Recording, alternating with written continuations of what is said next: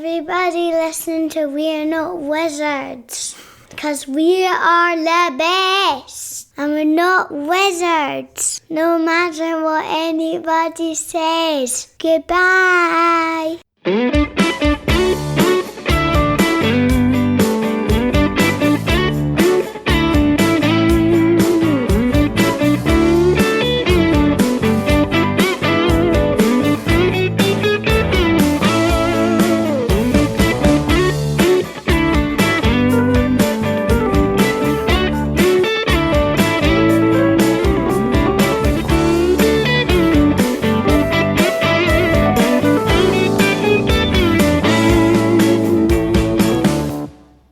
Pearladora Board Game Review, Le Bois de Jeu, from Hachette Games Distribution.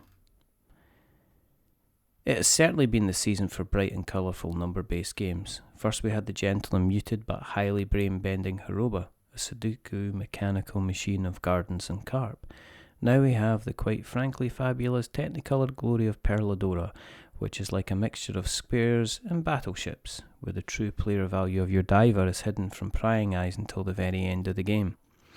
Squares is a game I played as a kid, where you would draw out a grid made of dots and then take turns to trying to create squares by drawing one line at a time to create a full square that you would gleefully embellish with your initial. In Pearladora, you're trying to place down lines in order to carve out territories and place numbered divers in order to win those areas and claim the cache of pearls for your own team. Moves are simple. You're either going to place a diver with a number in order to try and claim an area of ocean, or you're going to try and place up to 2 pontoons in order to section off parts of the ocean. The minimum size you can have is an area of 4 squares, and an area is considered closed when all the spaces have been filled. Just like the game of squares, it starts off relatively calm, with players trying to place pontoons with a view of carving up the sea while at the same time placing their divers, balancing their highest and lowest numbers in order to win as many caches as possible.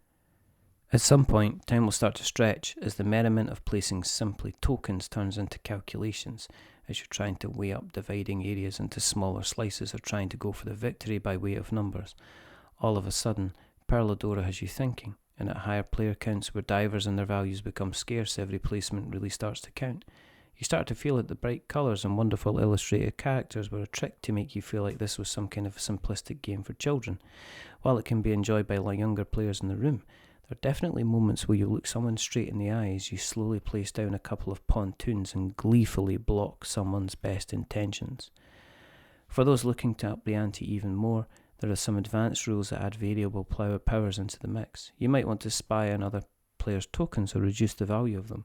Maybe you want to be able to place another diver or another pontoon. You can look on these extras once you grasp the main concepts of the game. The main goal here is to add in some additional longevity to the standard game, though I'm not convinced that is required. Pearladora looks wonderful. Mehdi Marouche delights with the strong visuals and illustrations. The pearl beads really add to the tactile nature of the game, and as you're actively competing for what appears to be real-life pearls. The rulebook is well laid out and presented, and overall it's a delightful little package. Pearladora will work well with those looking for something that provides just enough competition and tactical thinking without the need to delve into an hour-long game to decide who is the victor. The only irritation to be found here are the sweet gameplay pearls. This review is based on the final retail version of the game provided to us by games distributor Hachette Games. We're not paid for this review. We give a general overview of the gameplay, and so not all of the mechanical aspects of the game may be mentioned. If you'd want to read the original review, you can do so by going to we'renotwizards.co.uk. Thanks for listening, and goodbye.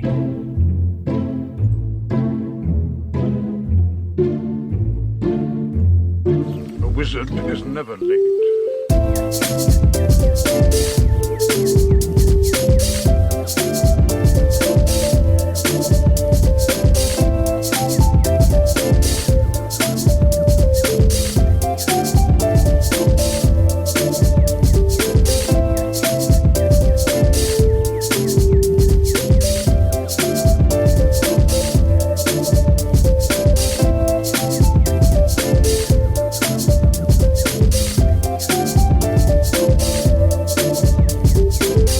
Nor is he early.